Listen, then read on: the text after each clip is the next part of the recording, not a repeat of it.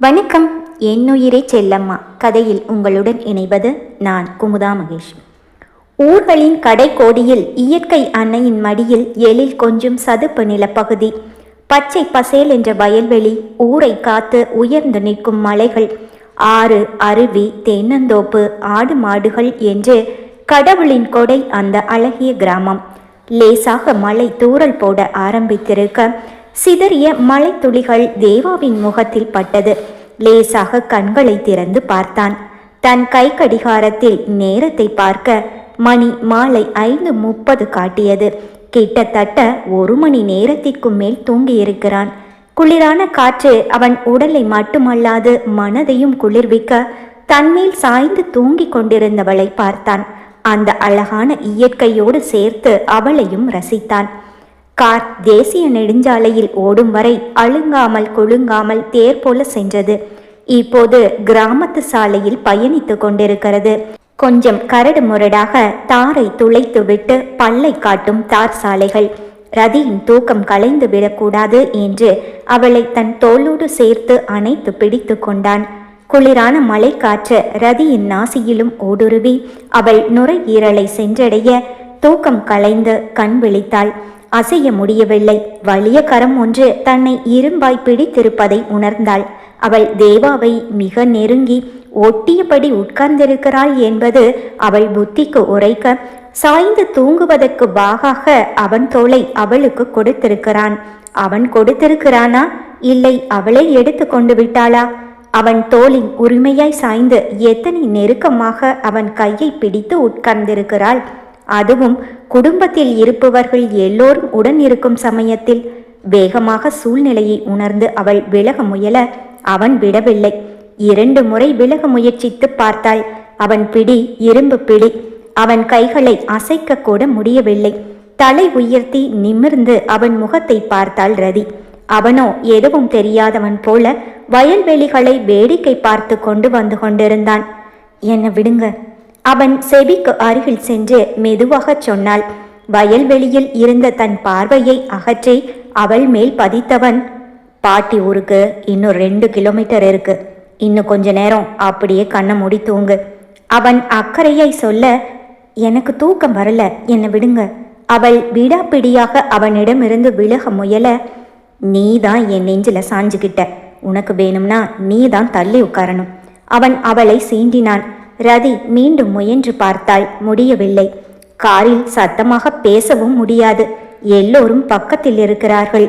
இதுவே வீடாக இருந்திருந்தால் இவ்வளவு நேரம் அவன் அணைப்புக்குள் சிறைப்பட்டிருக்க மாட்டாள். கோபத்தில் கத்தி இருப்பாள். ஆனால் காரில் எல்லோரும் இருக்கும்போது அதை செய்ய இயலாதே. அவள் செய்வதறியாது அமைதியாக இருக்க, சென்னையில் வீடு அலுவலகம் என்று பிஸியாக இருந்தவனுக்கு கிராமத்தின் சுகந்தமான அழகும் இதமான காற்றில் மிதமான பயணமும் அவன் மன இறுக்கத்தை சற்று தளர்த்தி இருக்க, இத்தனை நாள் தூங்கிக் கொண்டிருந்த விளையாட்டுத்தனம் சற்று எட்டி பார்த்தது. சிங்கத்திடம் சிக்கிய சுண்டெலியாக ரதி. அவன் முகத்தை எரித்து விடுவதைப் போல் அவள் பார்க்க, அவன் பிடி முன்பை விட இப்போது இன்னும் இறுகி போனது. வலிக்குது, ப்ளீஸ் விடுங்க, மெதுவாக கெஞ்சினாள். நான் சொன்னதுதான். இப்போ இன்னும் 1/2 கிலோமீட்டர் வந்தாச்சு. இன்னும் 1 கிலோமீட்டர் தூரம்தான் போகணும். இவ்வளவு நேரம் என் நெஞ்சில் சாஞ்சி எப்படி தூங்குனியோ அப்படியே இந்த 1.5 கிலோமீட்டரும் தூங்கிடு. அவன் அதிகாரமாய் சொல்ல, எனக்கு தூக்கம் வரல. அவள் பற்களை கடித்தாள். அது ஏன் பிரச்சனை இல்லை. அவன் சொன்ன பதிலில் அவள் கோபம் இன்னும் அதிகமாகி போக, கடவுளே என்னை காப்பாத்து, ரதி மனதிற்குள் சொல்ல, மனோகரா கொஞ்சம் காரை நிறுத்துப்பா, ஊருக்கே போயிடலான்னு பார்த்தேன், குளிர்ல ஒன்றும் முடியல. பாட்டி சொல்ல முள்வேலிகள் நிறைந்திருந்த ஒரு ஒதுக்குப்புறமான இடத்தில் மனோகர் காரை நிறுத்தினார். பாட்டி இயற்கை உபாதைக்காக இறங்கி செல்ல, பாட்டி இருங்க நானும் வரேன். அபியும் அவருடன் நடந்தாள். ரொம்ப தூரம் போயிடாதீங்க, யசோதா எச்சரிக்கை செய்ய, நானும் போகணும் ப்ளீஸ். ரதி சுண்டு விரலை அவனிடம் உயர்த்தி காட்ட, சிறு பிள்ளை போல கெஞ்சியவளை பரிதாபமாக பார்த்தவன், சரி போ என்று அவன் கையை தளர்த்தி கொள்ள, வேகமாக இறங்கி பாட்டியும் அபியும் இருக்கும் இடத்திற்கு ஓடினாள். அவள் தேவாவிடமிருந்து தப்பிக்க இது ஒரு சாக்கு, அவ்வளவுதான். நீ போகலையாமா? பாட்டி கேட்க, இல்லை பாட்டி, காருக்குள்ள மூச்சு முட்டுற மாதிரி இருந்துச்சு, அதான் கொஞ்சம் தூரம் நடக்கலாமேன்னு வந்தேன். பிறகு அவர்கள் எல்லோரும் வந்து காரில் ஏறிக்கொள்ள பின் இருக்கையில் முக்கால்வாசி இருக்கையை விட்டுவிட்டு ரதி இருந்த இடத்தில்தான் தேவாவும் உட்கார்ந்திருந்தான். இந்த முறை அவன் இருந்த இடத்திற்கு எதிர்ப்புறத்தில் இருந்த கதவை திறந்து கொண்டு மறுபக்க ஓரத்தில் உட்கார்ந்து கொண்டாள் ரதி. அவனை ஜெயித்து விட்டதாக அவள் நினைக்க அவள் மனமோ கொஞ்சம் கொஞ்சமாய் அவனிடம் தோற்று கொண்டிருந்தது. காரில் இளையராஜாவின் கிராமத்து பாடல்கள் ஒலித்து கொண்டிருக்க சீட்டில் தலை சாய்த்து தன்னுடைய இரு கைகளையும் சேர்த்து தலைக்கு பின்புறம் கட்டி கண்களை மூடி உட்கார்ந்து விட்டான் தேவா. அடுத்த 5 நிமிடத்தில் ஒரு பெரிய ஆலமரம், அதற்கு பக்கத்தில் கையில் பெரிய அரிவாளுடன் வேட்டைக்கு குதிரை மேல் கிளம்பிச் செல்லும் ஐயனார் சிலை. எல்லை தெய்வம் ஐயனார் கோயில். கோயிலை ஒட்டியே ஆறு. அங்கு துணி துவைக்கும் பெண்கள், நீச்சல் அடிக்கும் இளவட்டங்கள், மீன் பிடிக்கும் பொடியன்கள். ரம்யமாக இருந்தது ஊர். இந்த வருஷம் மழை பரவாயில்லன்னு அத்தை சொன்னாங்க. அதான் ஆத்துல தண்ணி நிறைய ஓடுது. மனோகர் ஆற்றின் ஓரமாய் நீண்டு அகன்றிருந்த மண்வழிச்சாலையில் காரை ஓட்டியபடியே சொல்ல ரதி கிராமத்து அழகை ஆச்சரியமாய் பார்த்து வியந்தாள். அவளுக்கு விவரம் தெரிந்தது வரை நகரத்து வாழ்க்கைதான். இதுதான் முதன்முறை கிராமத்திற்குள் காலடி எடுத்து வைக்கிறாள். அந்த பெரிய பழைய மாளிகை வீட்டிற்குள் நுழைந்தது அவர்களுடைய கார். கண்களை மூடி உட்கார்ந்திருந்த தேவா கண்களை திறந்தான். கார் சத்தம் கேட்டதும் உள்ளிருந்து ஓடி வந்தார் வள்ளியம்மை பாட்டி. வாங்க சம்மந்தி, வாங்க மாப்ள.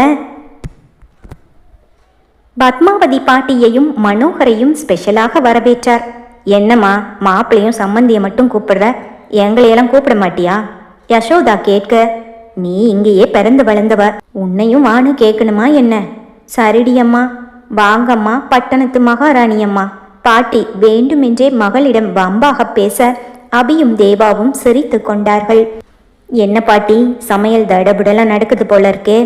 ஊரு எல்லை அடைஞ்சதுமே சமையல் வாசனையே எங்களை நேரம் இங்கே கூட்டிட்டு வந்துடுச்சு. தேவா சொல்ல, இன்னைக்கு என்னடா பெருசா வாசனை?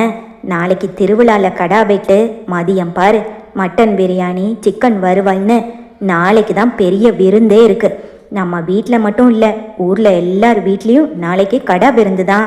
பாட்டி பூரிப்பாக பேச, ஆமா அத்தை, இங்கே புல்ல மேய்ஞ்சு வளர்ற ஆடும் ஓடி ஆடி சுத்துற கோழியும் தனி டேஸ்ட்டு தான். மனோகர் நாக்கை சப்பினார். சுற்றி சுற்றி பார்த்த பாட்டி, ஆமா மூர்த்தி எங்க? மாமா வர்ற வழியில யாரோ ஃப்ரெண்டை பார்த்துட்டு அவர் கூட பேசிட்டு வர்றேன்னு இறங்கிட்டாரு பாட்டி. தேவா சொல்ல, அவன் இங்க வந்தாலே வீட்டில் இருக்க மாட்டான். ஃப்ரெண்டுன்னு ஊரை சுத்துறதே வேலையா போச்சு. வந்தவன் முதல்ல வீட்டுக்கு வந்துட்டு போகக்கூடாதா? பாட்டி மகனை கடிந்து கொண்டார். பேசிக்கொண்டே எல்லோரும் உள்ளே செல்ல தேவா கார் டிக்கியிலிருந்து பேக்குகளை எடுத்து வைத்தான். ரதி அவன் அருகில் வந்து நிற்க, என்னம்மா பிரயாணம் எல்லாம் எப்படி இருந்துச்சு? இந்த ஊர் உனக்கு பிடிச்சிருக்கா?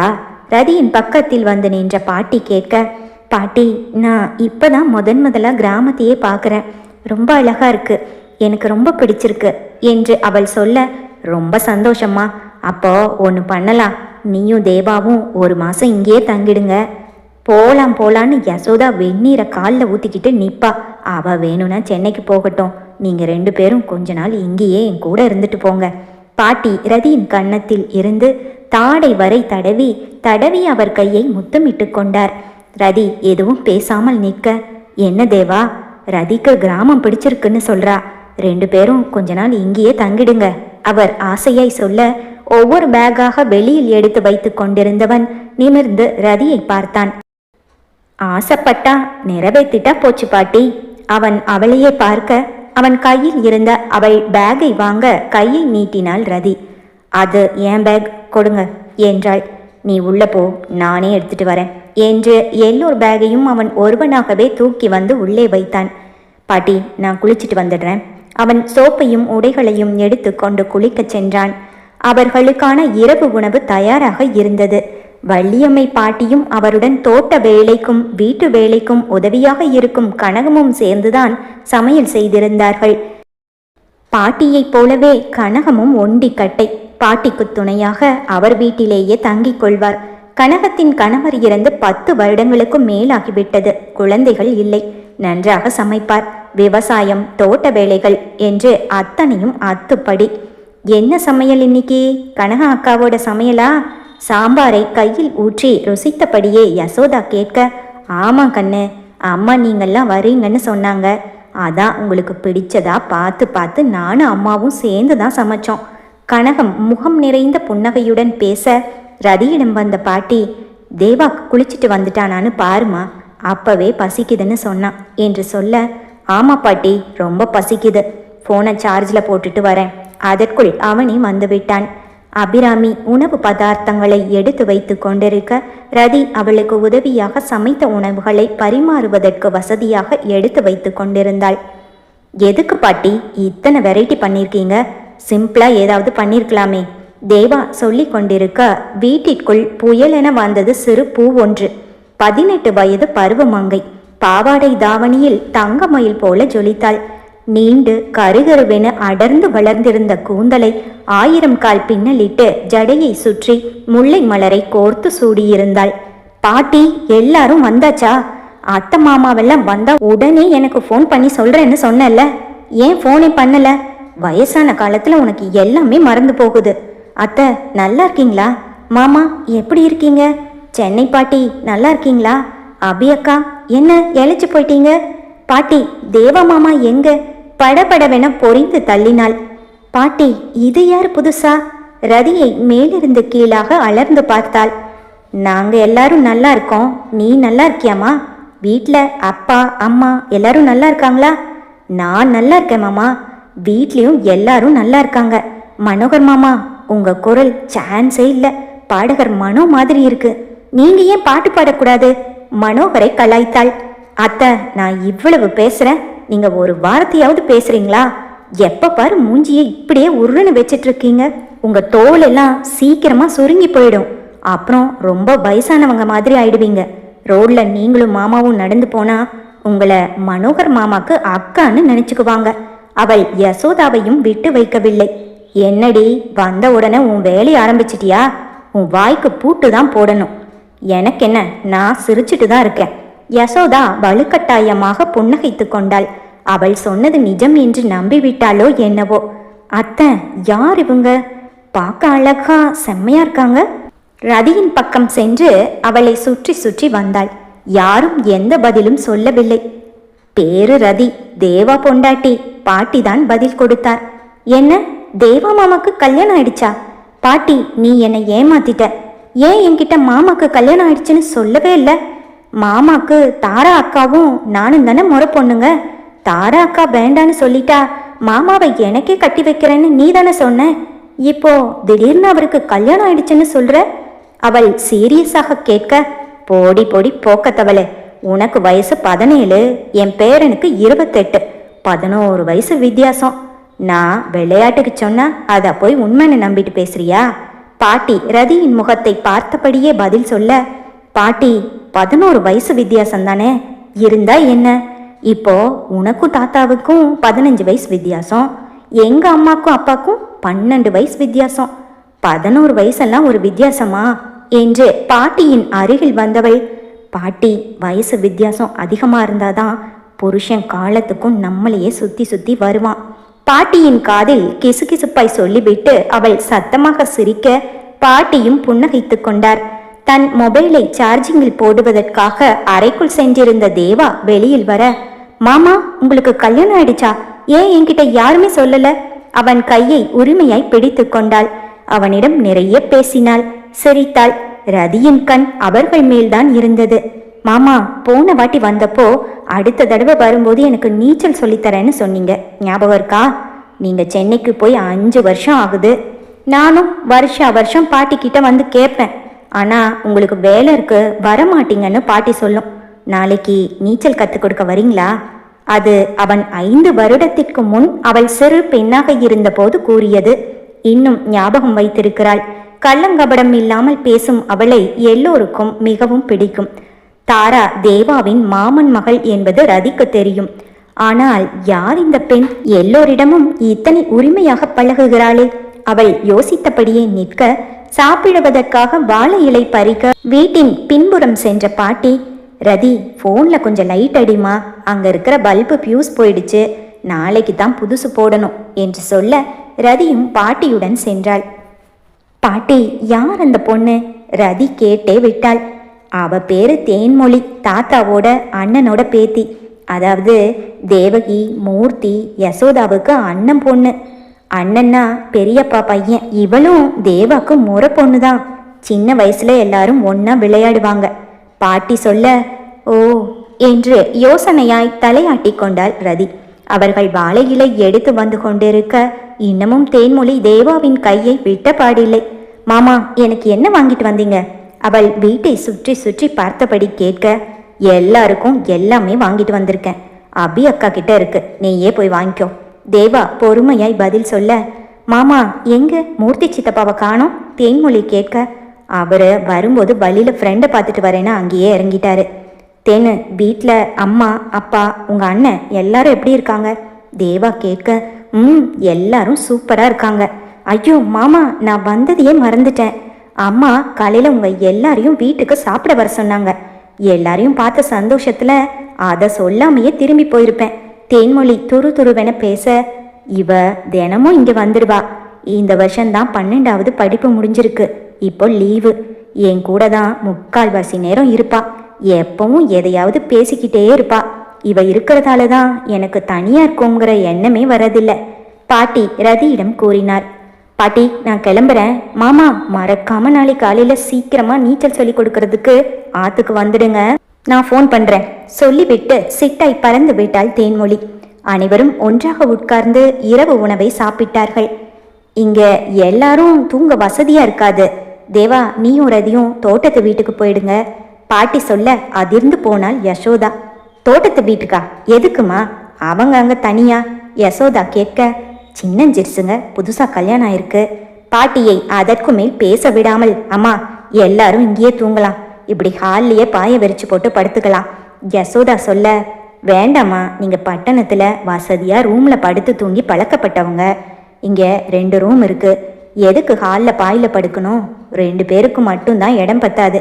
யாரோ 2 பேர் தோட்டத்து வீட்டுக்கு போயிட்டா போச்சு என்று பாட்டி சொல்ல, தன் நண்பர்களுடன் அரட்டை கச்சேரியை முடித்துவிட்டு வீட்டிற்கு வந்து கொண்டிருந்த மூர்த்தி, தோட்டத்து வீட்டுக்குத்தானே நானும் தேவாவும் போகிறோம் என்று சொல்ல, ஆமாண்டா, அங்கே போய் உன் கூட்டாளிகளை சேர்த்துக்கிட்டு கும்மாளம் போடவா?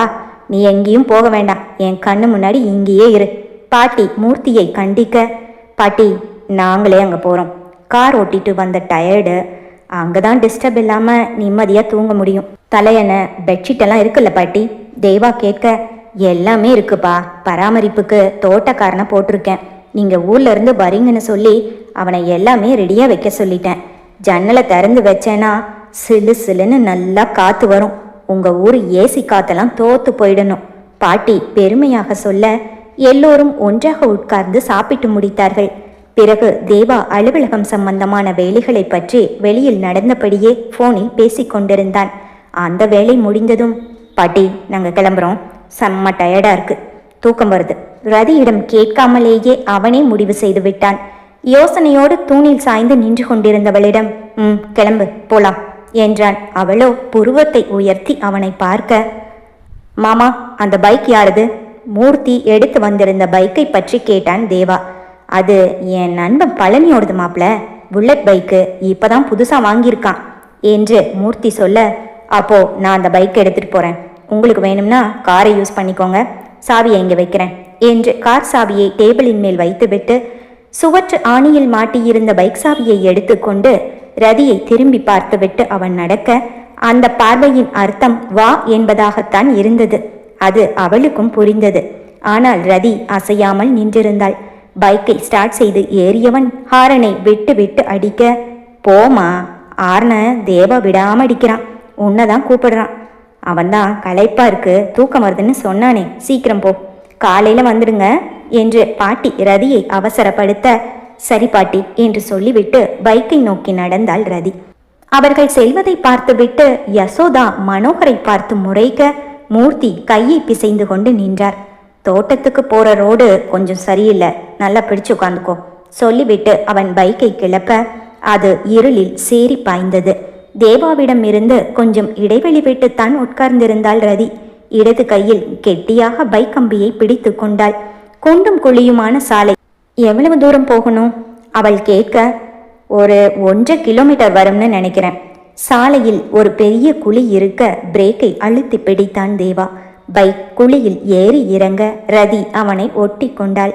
கீழே விழப் போகிறோம் என்ற பயத்தில் அவளையும் அறியாமல் அவள் வலது கை தேவாவின் தோலை கெட்டியாக பிடித்து கொண்டது.